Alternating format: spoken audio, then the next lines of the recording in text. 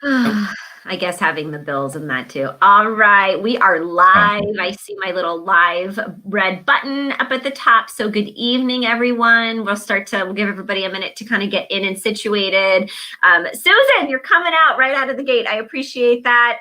Welcome everybody to the last caffeine chat or OST caffeine chat for January 2021. And hello to all my old families and hello to all of my new, welcome to all of my new families who may be joining us live for the first time tonight. My name is Lindsay Barnes. I am the director for the Office of Student Transitions here at the College of New Jersey. So glad to have you joining us. And I have a special guest tonight in the house. Did not even tell you that he was coming. Wanted to keep it under wraps. Welcome to Sean Stallings, our Vice President for Student Affairs. Good evening, Sean. How are you?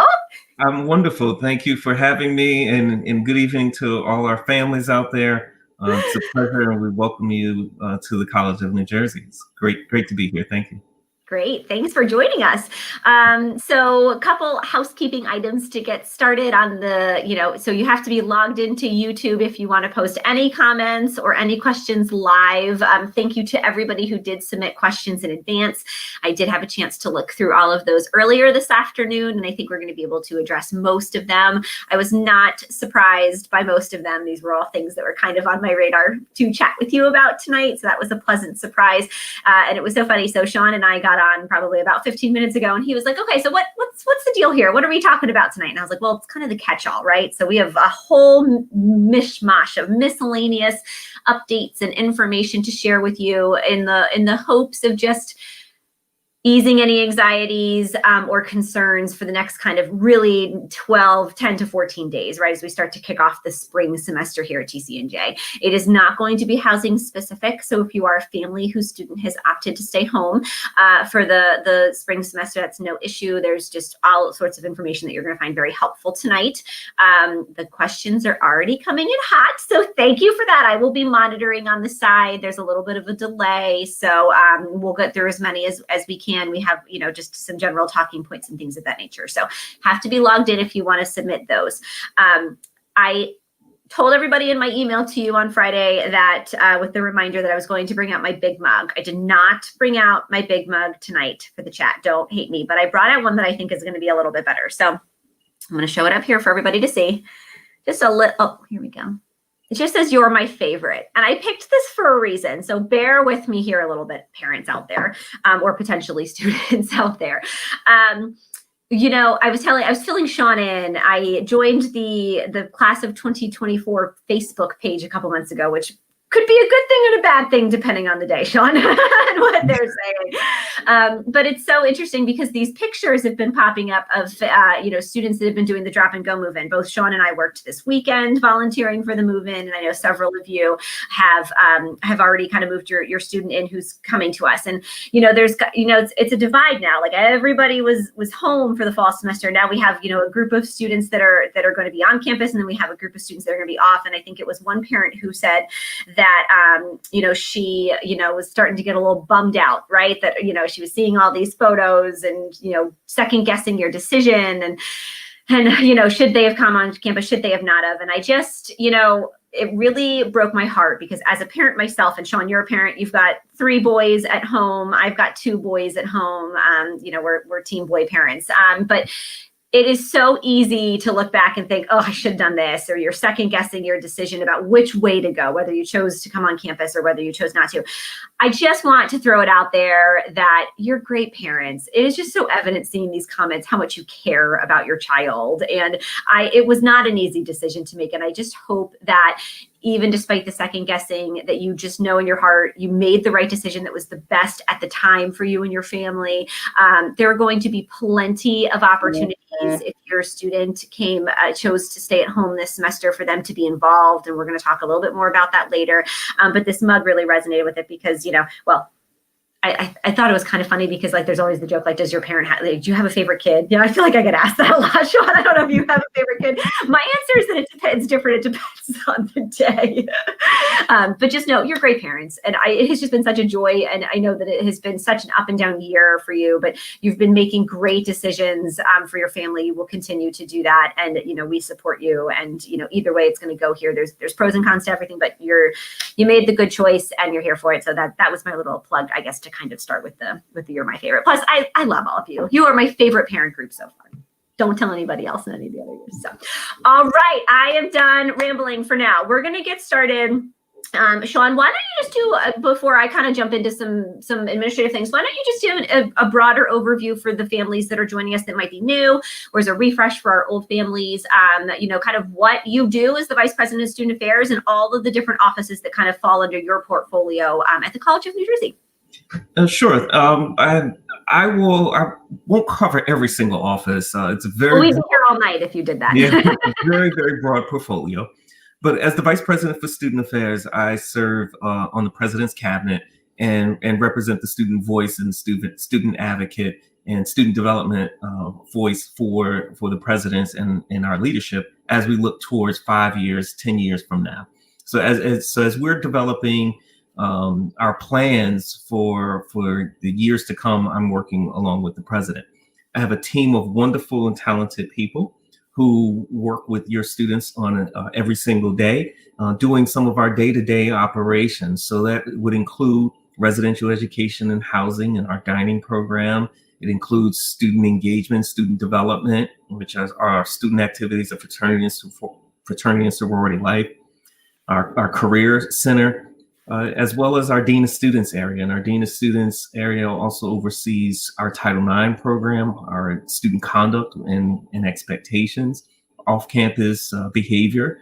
And we also have the athletics is in our area, athletics and recreation program, student health services and mental health services. So it's a broad swath of developmental areas outside of the academic classroom. So generally, what I say to people is we take care of the student's experience outside of the classroom, and that's the sort of the mind, the body, the spirit, and sort of kind of keep it simple. The mind, body, and spirit is within our portfolio. Awesome. Thank you so much. All right. So we're going to get started. What I think I'm going to do is, the questions are kind of all over the map. I'm going to go through what we were going to talk about for a bit, and then I'll circle back and see what other questions have come in from the parents that might make sense. So I think first things first, we wanted to chat a bit about academics or the academic affairs kind of side of the house. And that comes with a big caveat because we are not the academic side of the house. Okay. So I have certain information I can share with you about things, but it's a completely different portfolio at TCNJ. So I have some information to share with you, but that it is what it is. So I think the first things first is there seemed to be some confusion on how to look at your class and pause to be able to determine whether or not it was going to be remote or what we're calling flex, which is a combination of remote and potentially in-person activities. So I have a link that I'm going to put in the chat. And I got this, I had a meeting with a few folks on Friday to chat about it. This link is going to take you to some a walkthrough of how your student can look that up and pause. But essentially the instruction mode will either say remote, which means that the entire class is online, or flex, which means that some components of the course may be in an in-person scenario. That said, this really is the faculty member's decision on how they're choosing to do some type of flex program, right? So I would imagine that your student is going to be receiving information that first week of class on what that's going to look like. I know that they received a survey last week that asked for their preference, whether or not they wanted to take their flex classes in person or whether they would choose to be doing that remotely. That information has gotten its way already to the faculty members that are teaching for the spring semester. But I imagine that first week, quote unquote syllabus week, they're going to have a big conversation about what that looks like for the faculty members that have chosen to do a remote. There was some confusion, and let me just grab my note here. Okay, there was a note about that. When your student goes into pause, if they're looking at the calendar view for their courses for the spring semester, the instruction mode is not listed on there. So what I would do is just make sure that your student clicks into each individual course that they're taking and looks at the instruction mode line and is then able to determine whether it's remote or flex. That said, all right, there are something came up last week that was brought to my attention that was like, okay, well, the class says remote, but there is a location attached to that. So what does that mean? All right. So I did some digging and I asked around. Essentially what that means is that we have faculty members on campus who are teaching their class remote, but they wanted to do so via a classroom, right? So not their home, not an office on campus. They wanted to have a classroom in order to facilitate the teaching of that course in a remote setting. Our tech guys spent all of last semester outfitting the rooms so that they had the ability to do that. If your student's class says remote on it, it is a remote course. But if there is a classroom attached to that, that's for the professor. That essentially will allow the professor the opportunity to be able to broadcast that class and run that class live through a classroom on campus. All right, so I know that there was some confusion about that, but that was something that I wanted to clear up with everybody. Sean, anything else to add to that, just based on what you've been hearing and rumblings and whatnot? So I would also add to that there, for some course delivery, the being in that classroom, they need the whiteboards, they need some of the equipment that's in that classroom versus being able to do that from an office or from their homes. And I think that's why the faculty elected to utilize the physical space that was transformed with cameras, and it may have appropriate angles, et cetera, and microphones. So that it was set up for that purpose. Perfect. Yeah. And I think the other thing too, I've gotten a question here there, I understand it's very easy for people to be upset and say, well, why aren't you requiring everybody to do the classes in person and whatnot? And I think about myself, right? I get to go to campus 2 days a week and I don't have my kids with me. And they are the 2 most productive days of the week. I keep my head down. I don't even take lunch. I'm just so happy to have 7 or 8 uninterrupted hours where I can focus on doing the best job that I can. I know that there have been some last minute changes with, originally they were going to do flex. Maybe now they have to do remote. Again, to your point, maybe they have a home situation that it's just a lot easier for them to be able to come to campus to deliver that class and that content to their students in the best way possible. So I understand. I just want to acknowledge and appreciate the parents that have reached out with that concern, but the goal here was maximum flexibility, right? Like the faculty are trying to make the best decision possible and in the best way that they can deliver this content to your student. And the students are really having that flexibility to decide what's the best way for them in order to receive that comment, to receive that instruction and, that content to be able to do the best in the courses. So I know it's difficult because as the pandemic goes on, there's a lot more opinions to be had, but, I think that to the extent that we're just extending as much grace as possible to everybody in this situation, the better, because we just don't know what a particular faculty member or a particular student is going through, and I think that's a really important thing to keep in mind. So thanks, Sean, for that. That was just some of the top level stuff. Let me go back. I think the only other thing I had for the academics right now.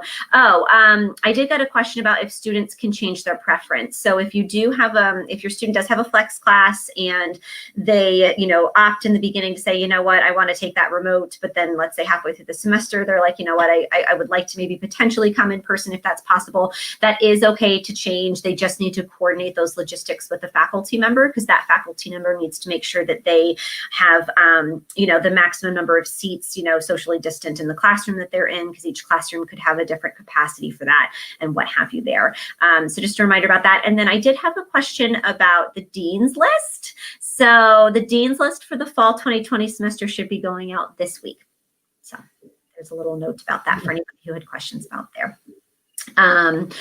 Okay, moving on to health services is next up on my list. Okay, oof, I got to get settled. I'm going in for the long haul. Janice Vermichuk, and I think I've mentioned her on some of these chats before, who's our director for the student health services area here. I mean, she is just amazing, and she has been at the front, and I don't even want to know how many meetings she has been in since this whole thing blew up, but she's amazing. I emailed her on Friday. I said, hey Janice, I'm talking to the parents on Sunday night, do you have any updates for me? And she gave me a whole paragraph. Now, don't let that concern you, but I'm going to go through and read all of them because I don't want to misspeak and just want to make sure to give you all of the best information possible. So first things first, just as a reminder, flu shots. Okay. You need to have your flu shot on file. I checked in a lot of people yesterday, Sean. I know you were there yesterday and today, and they had a little column that said flu, yes or no. So there were still some no's on that. Make sure that your student, if they're living on campus, has that flu shot in by, really as soon as possible, because they have to sift through hundreds of these. But really making sure as a reminder to get that in. And then the pre-arrival COVID test. So what Janice informed me about, you have to have that within 7 days of coming to campus. We are now in that 7-day window. All right. So it started for most of you yesterday on the 23rd, if you are dropping off your student on the 30th. And if you are dropping off your student, obviously on the 29th and they are staying, it could have been as early as last Friday, 2 days ago, but they need to have the test in this 7-day window. Janice was saying that there were students that were reaching out to health services who had gotten the test a week or 2 weeks ago. That's not going to be valid. So they took it within a week, 2 weeks ago. If they didn't take it from yesterday on, they're going to need to get another one this week in order to be able to move on to campus. If you are a family whose student is commuting, so if they're going to come to campus to study, if they're going to come to campus to walk around, if they're going to come to campus to take a class, a flex class, they also need to have that. Okay. And we'll talk about testing on campus in a minute about those pieces. But she wanted me to send that as a reminder because there were some students that had collected that were doing their tests too early. Okay, we are using a company called Bergen New Bridge Medical Center to facilitate our COVID testing that's weekly on campus. So students are going to be required, if they are living on campus or if they come to campus, to get a weekly COVID test. And Bergen New Bridge Group is the one, or New Bridge is the company that is on campus that will be running those. Every student should have gotten an email that asked them to register with Bergen for their portal. So they should have, if they haven't done that already, they should go in, register to do that. And what'll happen is they're going to get ideally a second email from Bergen that says, okay, here's your access to the portal. And then they can go in and then they can schedule weekly appointments based on their schedule with class and whatnot. I know I just went in yesterday when I was on campus and I plucked, okay, I'm going to be on campus 2 days a week. It's usually Wednesdays and Thursdays. I went in for like 9:30 every Wednesday for the next, 6 or 8 weeks. And I just kind of plugged that in because that's when I'm going. So it's very convenient because your student can set that up ahead of time. They're 5-minute appointments. They're going to be located in Decker Hall social space, which our social space is the lower level of Decker Hall. And it's going to be pretty straightforward to do that. But that's information and stuff that your student should be moving on now and just getting that set up. It's one less thing they have to worry about for the start of the semester. Janice said that in terms of registration, because they've gotten some inquiries, it's an easy registration, but their student needs to be careful. The Bergen New Bridge was telling her that students were typing .edi, for example, instead of .edu for the email address. They were typing in their wrong date of birth. And most notably, this happens all the time, Sean's going to laugh, they were using their personal email instead of their TCNJ email. And the only is going to recognize the student's TCNJ email. So when they go to register, clear the brain, make sure they're not rushed, sit down, get all your ducks in a row, but really make sure that they're using their TCNJ email because that's going to prevent them from completing the registration, and we need them to do that. All right, so those were some notes there. She wrote, next, vaccination does not exempt anyone from testing or quarantining should they be a close contact of someone with COVID. Maybe someday it will, but right now the vaccines are still experimental and real world, there's questions about the real world effectiveness, duration of protection and transmission from a vaccinated person to a susceptible, still very unknown. They need time to continue to evaluate this. Obviously, while everybody is just very excited that we have a vaccine, some of your students have already been able to get it based on certain criteria. It's really great. But for right now, just because your student has the vaccine does not mean that that will exempt them from having to quarantine if they are a close contact to somebody who tests positive for COVID. That was a question that several people submitted, and it came up on the Facebook page. So I wanted to make that really clear that that's the case from health services. If there are any changes, obviously, from our public health authorities, if they have enough data to make recommendations, the CDC, the New Jersey Department of Health, we are going by everything that they're saying. So if there's more information that comes out and we can pivot or make an adjustment, we will do that. But we're taking the lead from those health officials with regards to the vaccine and those pieces. She wanted me to go on next. This was probably the second most common question that we had submitted. A positive COVID test within the last 90 days can exempt someone from the testing requirement. If your student did have a positive COVID test in the last 90 days, they need to email health@tcnj.edu. And they need to upload the positive test report into the online wellness link, the OWL link, which your health forms have gone into when you uploaded your flu shot that went into there. You need to email them and at health@tcnj.edu and upload the positive test report into OWL for further instructions. It says it also exempts a student from quarantine should they be a close contact of someone with COVID. If they become symptomatic during the 90 days, they need to self-isolate, update their daily check-in and ROAR, and notify their healthcare provider or student health services for evaluation. So hopefully that provides some more information for those students who have tested positive in the last 90 days. All right. We are enrolled with New Jersey as a COVID vaccine provider, but we don't know yet when we'll get the vaccine. So we are on standby TCNJ is on standby for that. And we'll let you know as soon as we know if there are any changes to us being able to distribute the vaccine. We will, in the meantime, so this is another point she wanted me to mention. So Student Health Services, her outlet, right, her on-campus health services network, they are not doing COVID testing. The only people on campus who are doing COVID testing is the Bergen Newbridge, and they are the ones that we have outsourced to be able to do that. If your student becomes sick on campus, they can schedule a virtual appointment with health services. Again, they do that by logging into the OWL system, and a nurse practitioner or a physician can make a referral for testing and obviously can walk them through and answer any other questions they have.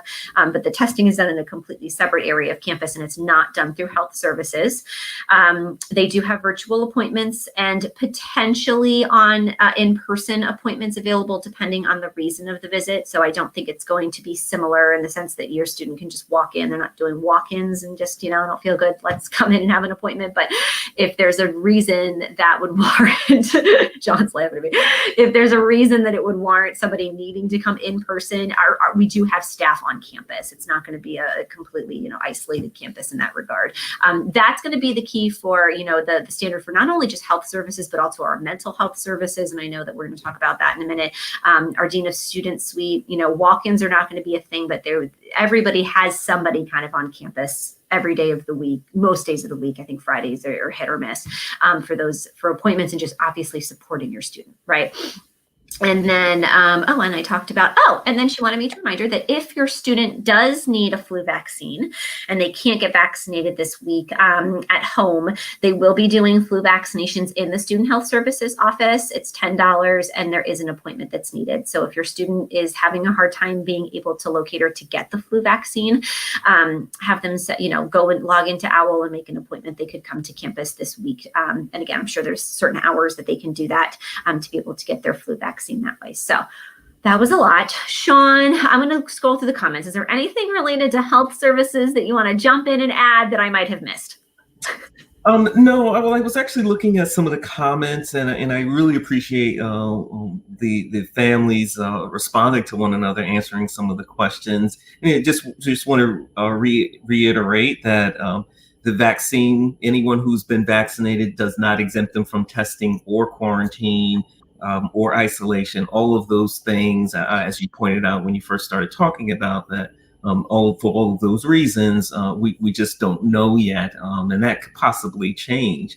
So we'll continue to do that. And I did see another question about gatherings, how many people and all. And we are currently following the state guidelines of 10 people indoors and 25 people outdoors. Masks are required any time that physical distancing is not possible. There is a training that we ask all students to participate in for Safe Campus. I'm not sure if you touched Not yet, but go on ahead. Yeah. So that will answer a lot of these questions about expectations for community behavior and what to do when you're outdoors, what to do when you're indoors. So I think those are going to be some helpful tips for the families and for students while they're here on campus.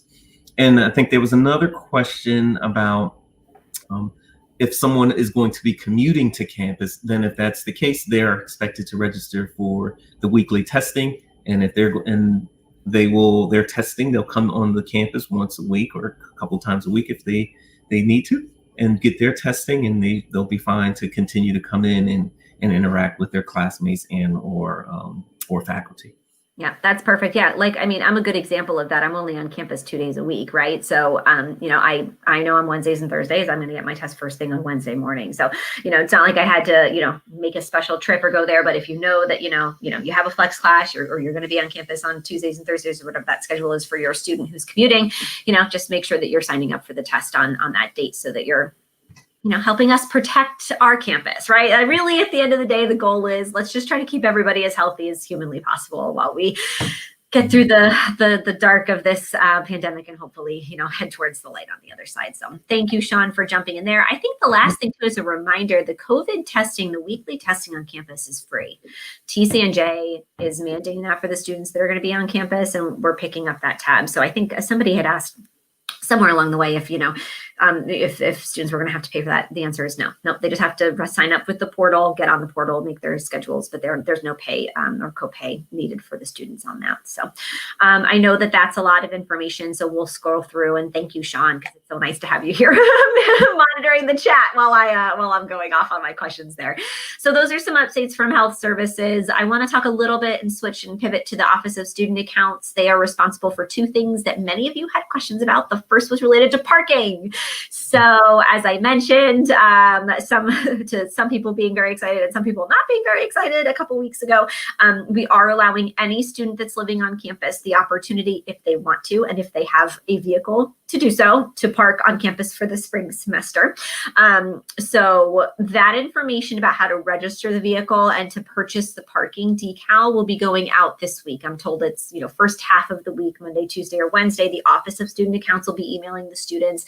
You did not miss anything yet. It is coming. Also, take a deep breath, because we usually suspend ticketing for the first week or two of the semester, because we always have commuters that are looking to pick up their parking decals and the process and what have you. So don't panic. You're going to get the information from them as long as you do the registration in a timely manner. The other thing too is that usually to pick up the decal, it's at the start of the semester, and they get a table in the student center, and there's usually hundreds of kids running around or students running around, I should say, and they come up and they pick up their decals, and that's not going to be possible, right? This semester. So I think that they are finalizing how they are going to distribute the parking decals to the students. So just keep an eye on the email, but I am told it's coming in the next, early part of this week. And it usually, that first week or two of the semester is a bit of a flex period. So don't panic. Also, I got this. There's plenty of space. So if your student is going to commute to campus, if they're going to come to campus a day or two a week, they do not have to panic. We do not have that amount of residential students that is going to impact commuter parking. So I know that there's a really helpful map on the parking website. I'll try to find that at one of the breaks here to link to you. But all of the, the commuter spots stay the same. And then, depending on where the students are living, there's certain residential, parking lots that they can park in. So that was one piece to the student accounts update. The other is ID card photos. So most of you have your ID, which is good. Some of you do not have your ID. That's not bad. if your student has not submitted a photo for their ID, that is very, very, very, very, very bad. So let's start with the bad case. If they have not submitted a photo that has been approved for an ID card, they really, really, really need to do that. And especially if they're living on campus, but even if they're not living on campus, because that card is going to get you into parking lots if you want to come to campus. And if you want to eat on campus, if you want to access academic buildings on campus, it's not just a residential thing. So get the photo in. I will send you the link to my website where you can very easily find the link to be able to upload the photo. The photo upload link is still live, but really don't even wait till I finish this caffeine chat. Just go and have your student do it. Make sure they read the FAQs first, okay? You need a white background. You cannot take selfies. You cannot have sunglasses. This is not like a fun, right? Make sure you just take a brief review because that will help you in the long run. They will deny the photo. They will reject the photo if it doesn't meet this. It's always so funny. I have a student or two a year who's like, I've submitted this photo like 8 times. And I'm like, yeah, it's not right. Like you got to change the photo. Something's wrong. Okay. So make sure you do that. If you are a student or family whose student submitted the photo and it's approved and you just don't have it yet, that's better. You will be able to pick it up next weekend. So the Office of Student Accounts will be open from 12 p.m. to 3 p.m. Saturday, January 30, Sunday, January 31, to be able to pick up your ID. I'm assuming more information will be coming to your student this week about that. I don't know if they're going to be in a larger location or if they're just coming to their office. Their office is located in Green Hall, room 119. More to come on that, but between 12 and 3, both Saturday and Sunday, you can pick it up. Please go there first if you are moving onto campus instead of your room, because you're not going to be able to get into your residence hall without your ID card. So take a little walk over there first, and then you can go to your residence hall and all should be good. You'll be able to swipe in. Easy peasy. So those were some updates regarding student accounts. I think those were kind of the 2 main areas for them. I know that I covered billing a couple days ago, and obviously some other pieces to them, but that was more for my new families that needed some more information about that. Whew. Okay, Sean, anything there? Yes, I will just mention a couple of things about parking. You submitted the link, I believe, for parking, so folks can see that.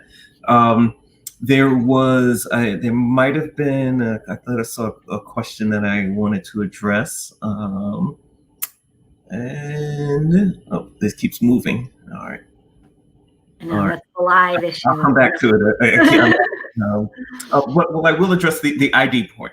The ID is very important, as you indicated. It's not just for the residence halls, but it is for parking. It is so some of the parkings have arms, so it's for parking. It's for the fitness center. It's for the library. It becomes sort of that one card.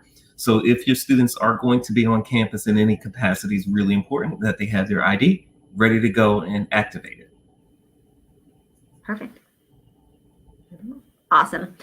Okay, moving on. Let me just answer this. Or did you find your question? Okay. Yes, this is something that I just saw. The question is about common areas. Common areas will be closed.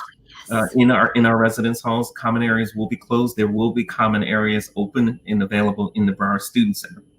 Common areas in the residence halls are closed, at least as we're waiting to get some more direction from the state, and we will open up those spaces. So these are spaces that are unmonitored in our residence halls. So the CAs are not around 24/7, as we do have during the operation hours of the Broward Student Center. We do have staff that are there and available to ensure, one, that the individuals are abiding by the expectations, but we also have people around who can go in and do some wipe downs. We don't have that capacity over in the residence halls. It's more independent. So in that case, those common areas are closed. And I believe in the current expectations from the state, common areas are currently closed. Yep. Thank you so much for addressing that. That's been a big thing. So the lounges in the residence halls, because they're unmanned pretty much, right, is a no-go. But we will have spaces across campus, and there, the Broward Student Center is going to be a big one. The library will be a big one, and there will be some spaces in academic buildings where students can go to study. They, the setup will be 6 feet apart, obviously social distance. They'll be required to wear masks, check in with the QR codes in their Roar app, etc. All of those will be available not only for residential students, but for commuter students, and especially for a student, for example, who, maybe they have a flex class and a remote class back to back, and they can't get home, right? 15 minutes or half an hour, whatever the distance is, space of time in between. So that student, we got that question. Well, how are they going to be able to log on? So, we will have spaces for students to be able to take those classes in that way. There's going to be a commuter kind of area, 1 or 2 of these pockets, but because they're going to be in buildings that can be monitored, that's why. And that's really a state restriction. So as soon as we move into a phase 3 scenario, and we can reevaluate that, we will reevaluate that and see what we can do to kind of open it up for students to be able to utilize those spaces that we can't right now. I know that there was a question about the fitness center. Yes, that will be open. Sean, do you want to talk a little bit real quickly about that? The fitness center will be open. There will be modified hours for those students who are returning. The hours will be slightly different. So might take some getting used to, but for first year students, it is all new. What we're asking all patrons of our fitness center is to schedule appointments.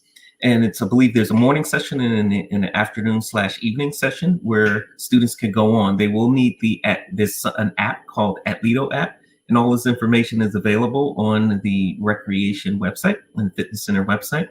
They'll download that app and they can actually schedule an appointment time. All of the fitness center equipment has been moved around for stations. So there's certain workout stations that are up 6 to 10 feet apart from one another.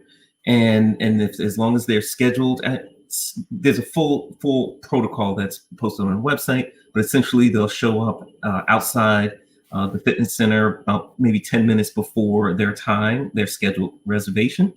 Then they will, the first group will leave that is currently in there. The staff will do a wipe down and then let the next group in, and they'll have a certain amount of time for workouts, and then the next session will come in. If it's not crowded, then those individuals be permitted to stay. Awesome. And they're still doing virtual fitness classes as well throughout the spring semester, in addition to the fitness center being correct. Yes, we'll continue to do virtual fitness activities, yoga, some more active stuff as well. All of those things will continue to go. In fact, for those students who are commuting and or not just simply not coming to campus on any regular basis, our entire student engagement area will have continued activities going on the Student Affairs website. So it's sa.tcnj.edu. There is a link called Virtual Opportunities. And so all of our student activities and student organizations and our director of student engagement are posting events on a weekly basis. And I got to tell you, it's very, very robust schedule of a variety of interests of activities to continue to keep our students engaged, whether they on campus or off campus. But there will be virtual opportunities, so absolutely there'll be time for them to get together.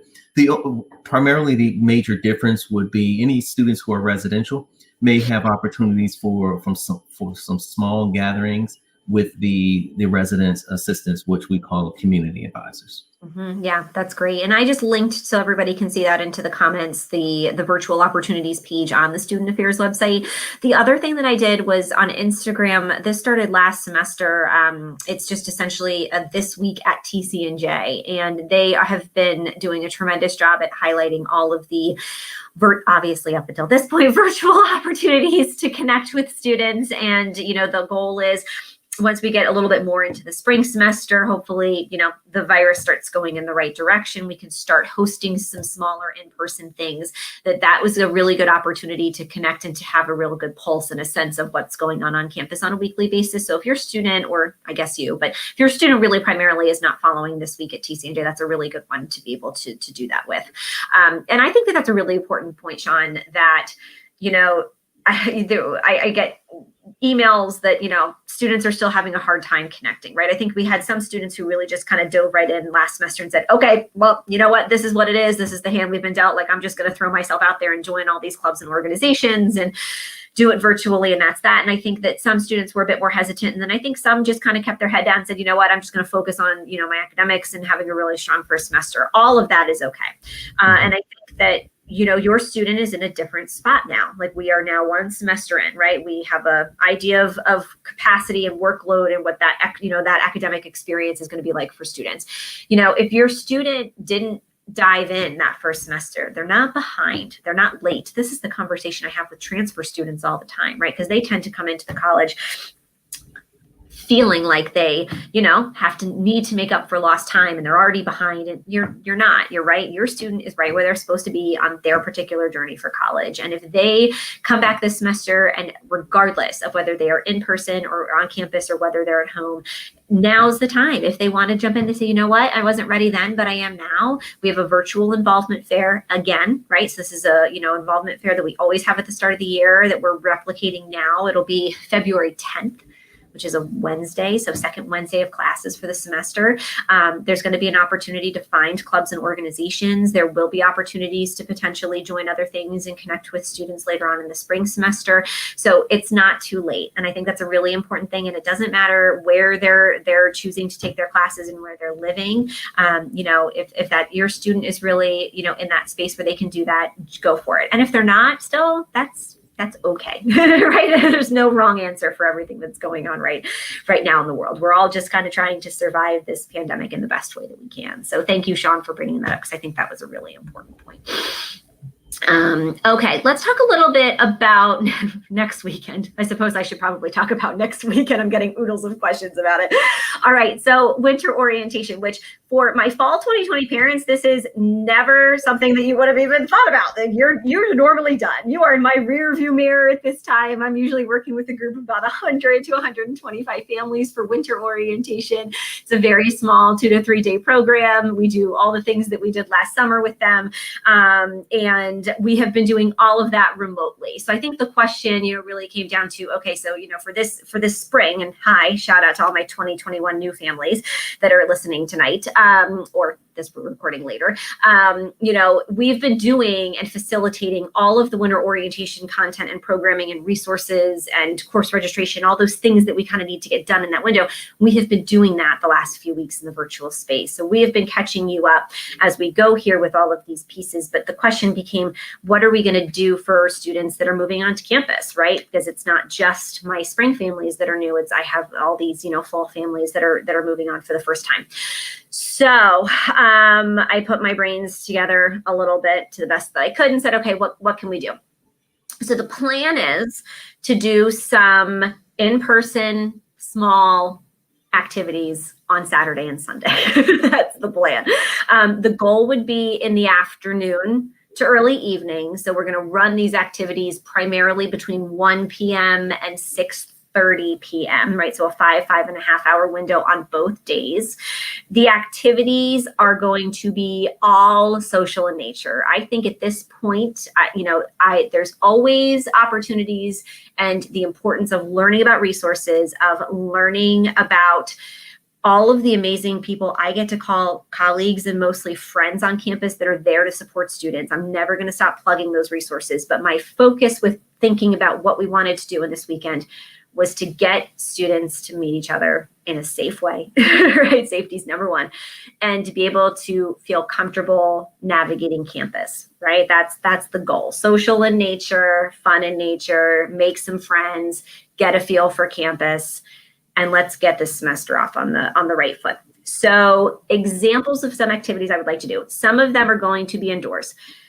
Please remember that I don't get to choose how many people get to do indoor activities. That's not my choice. I don't get to decide that. We are limited to no more than 10 people at any indoor event, any indoor program, any indoor activity. 10, that's it, 10. Outside, I get to go up to 25. Okay, right? This is not big numbers. So I was like, okay, well, I got to figure out a challenge to do that. So we came up with a list of activities that we could do. indoors and a handful of activities we could do outdoors. The outdoor ones are easy, right? Like campus tour. Yeah, that's going to be kind of important. When was the last time your student was on campus? I don't know. So let's get around. Let's get an idea of where buildings are. If they have flex classes, even if they don't, let's get a lay of the land, right? Scavenger hunt. I've known to be a very fun, I love a good scavenger hunt. So we'll do a fun photo scavenger hunt there. Some of the indoor activities, we're trying to get some people to run bingo or trivia, or maybe, you know, we'll just throw 10 of them together and we'll do a good old fashioned game of Mafia, right? So these activities are all things that don't require a lot of materials, that allow everybody to keep their masks on the whole time, but are really going to give students the opportunity to kind of connect together. That's the plan. All right. From like 1 to 6:30, it all has to be signups. Okay. I can't, just like everything else, we can't have walk-ins. We can't have, hey, come bring a friend and go to this like it normally is. So the students are going to be receiving an email from me within the next 2 to 3 days, I would say Wednesday at the latest, that are going to allow them to sign up for these activities to run. Okay. They're going to be about an hour. All right. Half an hour in between to flip the room, to reset if we have to do any disinfecting of that nature, what you have there. All of this hinges, though, I will say this, on getting most of my student staff to work it. And in the spirit of honesty, I'm having some challenges with that. I just sent them a reminder email yesterday and said, I really need to know, talking to the parents tonight and like figuring that out. So I'm in the process of finalizing how many of these opportunities we can run, which ones need my staff to run them versus ones that we can kind of hand off to the students to be able to participate. We're fleshing out all those details, but that's the plan for next weekend. All right, more to come for your student. It's going to be on a first come, first serve basis. If your student is not checking their TCNJ email regularly, this is something that they should be doing now this week so that they don't miss that email to sign up. And we are going to try to accommodate as many students as we can. But please remember, I am super limited. It's not going to be a perfect system, but we wanted to do something to do that, to allow the students to connect.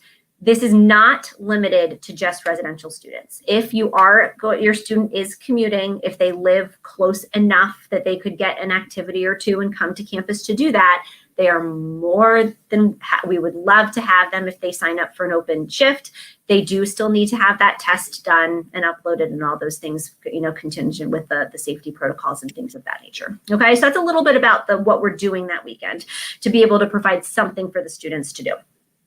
Dining is another question that came up, and I addressed that a couple days ago. I said that's coming on our chat on Sunday. So we will be, meal plans, all right, are going to go into effect on Sunday, the 31st, with brunch. Sunday brunch on the 31st. That is the first meal that they can swipe to get into the dining hall to be able to pick up. My office will be covering dinner on Saturday night. So that's it. So your students got to figure out breakfast and lunch on Saturday. They're coming back to campus at some point after 12 o'clock on Saturday. We will be covering dinner for them. I am exploring options. I will let them know which way that goes to see what's what we can do. But we will be covering, my office, when I say we, will be covering dinner on Saturday for all of the residential students that are going to be on campus. If your student is moving onto campus on Friday the 29th and they are staying, okay, my office will be covering dinner Friday, brunch on Saturday, and then brunch and then dinner on Saturday night. Okay, so it will be 3 meals for the students that are coming on Friday and drop and go move in and then staying. So dinner Friday, brunch Saturday, dinner Saturday night. And then for all of the students that did drop and go prior to Friday who are coming back to campus for good on Saturday after 12, we're covering dinner. Okay. Sean, anything I'm missing about that? Oh, we have to talk about dining services next, but anything I'm missing up until that point about winter orientation or any of that good stuff? It's very deep in thought. Oh, no. I'm sorry. I could be talking to the no. You're good. Okay, very good. All right, so I do want to shift really quickly to talk about dining services because I got a couple questions about that. And Sean, I think jump in because I feel like you probably definitely have more information about this than I do. So first things first, locations that are going to be open versus closed. I've gotten a handful of questions about that. It all depends on numbers, right? So we had like a threshold of, okay, if we have this many students living on campus for the semester, we're going to open these locations. If it drops to this level of students on campus, we're going to only open these locations. If it drops to this level on campus, we're only going to open these locations. So that has been in flux the last couple of weeks. I don't think we have exactly which ones are finalized across campus yet, but obviously the atrium at ICOF, which is the main dining hall on campus, is going to be the main one to serve the students. And then it's which little ancillary areas across campus would be open and what their hours are going to be for students to be able to utilize that. That was step one. Step two of the dining services is this OST program. All right, and I think we talked about this in the January 6th caffeine chat.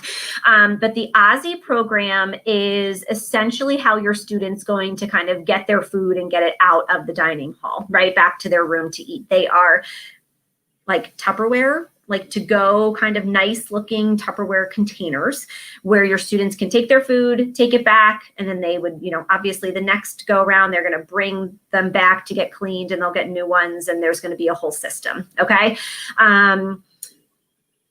Lots and lots of information about this coming to your student, I believe, this week via email from our dining services area.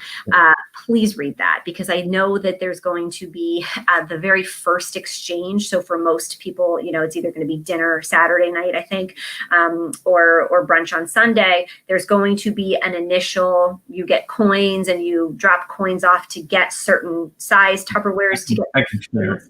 So in an effort for our sustainability program, and currently we're not permitted to use our china. So anything used in the dining hall is going to be paper products, and we're looking to reduce our carbon footprint along with our dining partners. And so we're venturing into this new program, which permits us to use reusable containers, as Lindsay is describing.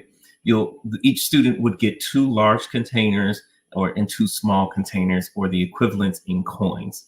So once they get their containers, they'll return those, they'll consume their food, wipe out the containers, dispose of any trash, and bring the dirty container back, and they will get a new container and a coin. So it'll be this rotation.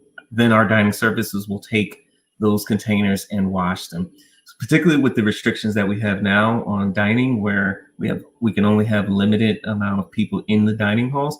This will allow students to either choose to sit in if space permits, or move to another location without having to worry about taking china out of the dining room or having to carry paper and disposing of that all over campus. So this is an effort. We hope that this is a program that we can continue well after we get past COVID, as it will help reduce our carbon footprint as well. Awesome. That was super helpful. Thank you. Because I got that heads up last week and I'm still waiting on the details too. So have your student, again, check their email. I know that they're going to be coming out with like just a kind of top level stuff, Sean mentioned, but some more details about what they're going to be doing. Also they don't know our dining hall that well yet, right? These are students that haven't been on campus yet this semester. And I feel like always in August, the first couple of days, like they don't know where they're going or what they're doing or what stations are open or what kind of fun, combinations of food they can put together. So, it's expect a little bit of wait time and a little bit of, clunkiness as we start to get the process started. But it's the sustainability piece of it is just it's just great. So exciting to hear that TCJ was moving in that direction. So parents, again, have your students be on the lookout for more details about that information, as well as a finalized list of locations. Again, we're kind of coming down to the final wire here with where those housing numbers on campus fell. Speaking of housing, we can move into that a bit next. Wow, y'all really want to know how many people are living on campus. I feel like that question came up, and then I see things here and there, and if you don't respond to something, some of them are like, oh my God, they're not responding. Okay, so I will give you the last number that I had. All right, I will share that with you. And Sean, I don't know if you have an updated number, so you can correct me if this is out of date, but as of last week, I believe it was the 15th was the last number I got from Emily, we were looking at about 650 first-year students that have opted to live on campus. And again, just to put that into context, so it's about 650 first-year students, and we had about 1,450 in the first year class. So it's, just under, I think, a little under 50% of the first year students, but then total on campus, that one I don't remember. Do you have a total for what the total number on campus is, including the upperclassmen? Yes, my last update, I usually get updates on Monday morning. The last update was 1,219 students. Awesome. Okay, there you go. So about half of them. That does not count the residents in Campus Town. Okay, right, because they're not in our count. Yeah, so those are some numbers for you all just to get a sense. And Sean, how many, we usually have a couple thousand living on campus. So normally we'll have about 3,900 students living on campus. So we're looking at maybe about 30 to 40% of our students. And again, not counting that Campus Town in those numbers. And again, that was obviously a single occupancy situation. And then, like all institutions, we had to reserve and take an entire, residence halls offline or floors of residence halls offline for isolation and quarantine when we do have students that are sick. So those are some of the factors that went into that. I'm already starting, they're chomping at the bit to get some questions about fall 2021 and what housing will potentially look like there. Do you have any, I know I'm putting you on the spot, but do you have any updates about the fall that you could share with the group now? So I don't have any updates on the fall of 21 that I can share, other than we know we have to get going. So to give you some idea, we normally would start planning for the next year in the fall. So obviously we're already in the spring. And we don't know, right? So we're going to begin, once we get open next week, we're going to begin to come together, both campus leadership as well as our residential education and housing folks, to begin to think. We're going to simply have to run some scenarios.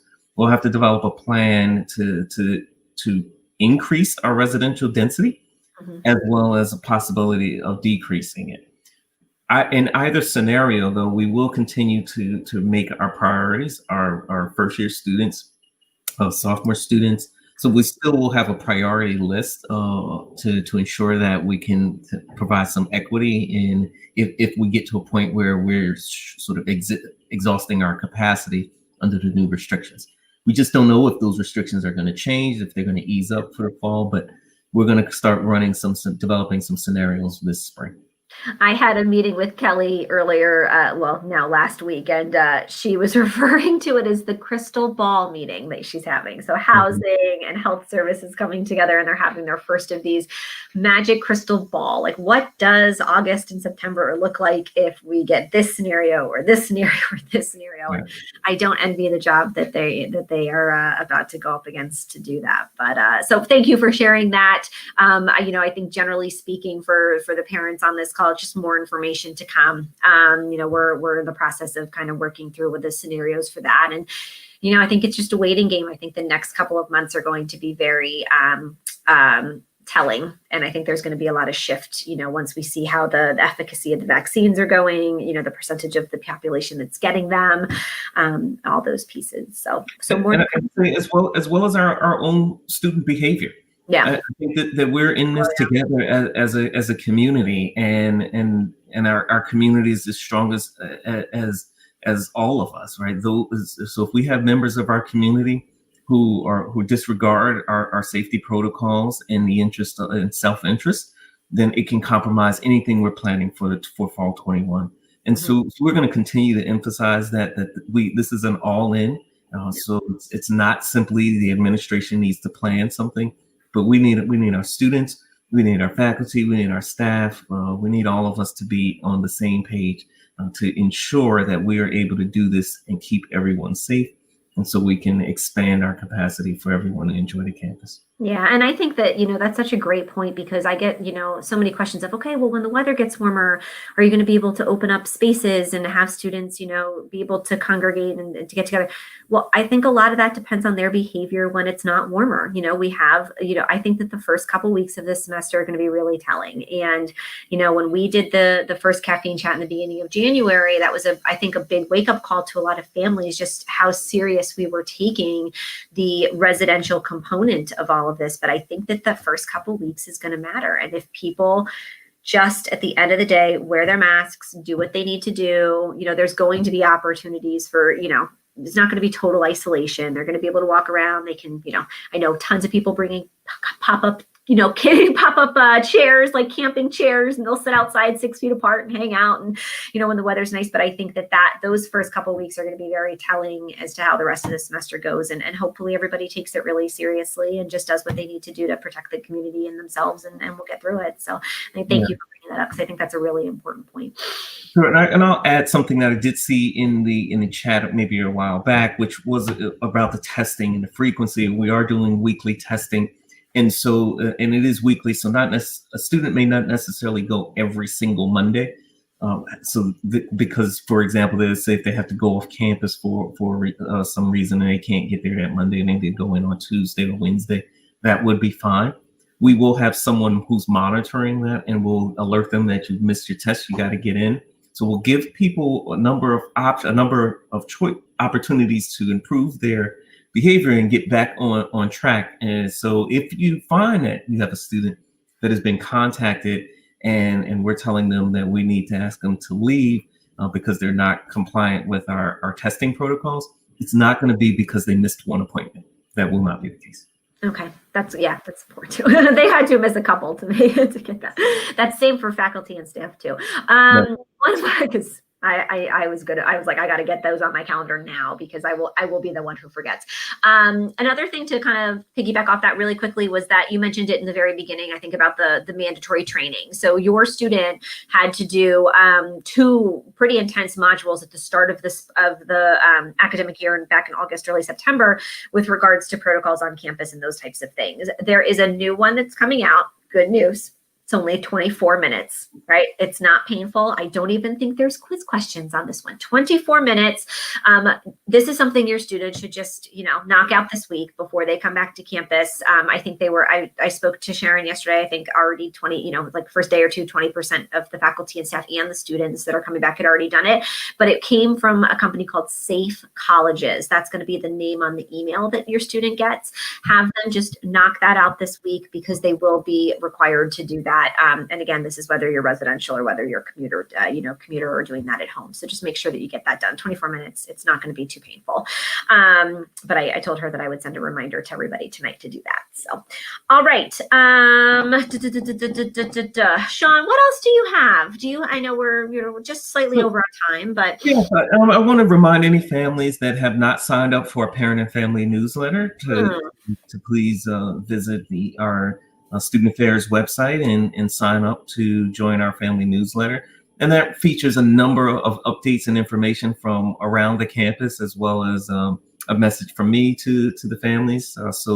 And then you'll stay with it. Sometimes it's student specific updates and as well as campus specific updates. So it'll be important for you to be on that newsletter. So I would also you wanted to answer a question about athletics. So athletics have already received information about their testing.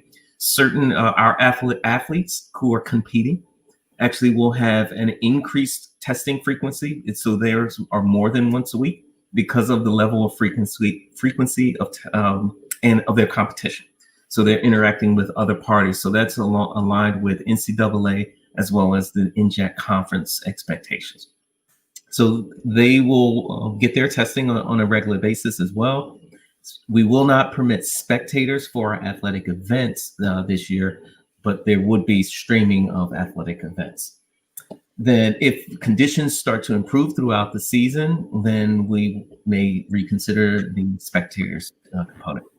I'll also sort of add in our student conduct. So we did make some modifications to our student conduct, and that is specifically around COVID, and in which we intend to take this very seriously, but we also intend to maintain that our students have due process in how we address these issues. As I said earlier, it's an expectation that we all are committed to trying to get our campus back open, operating as efficiently and safely as possible. So with some of the changes, that it's going to be important that our students understand what those expectations are. And I see a number of questions about more nuanced things about can my student keep their door open? Students should ask those kinds of questions if they are concerned, but no one's going to sort of send them through the student conduct process because they left their door open and they're talking to their friend across the hallway. That's we're not going to be I guess very militant in that regard. But we do expect people to have their masks, to maintain physical distancing, not put others in compromise the safety of others.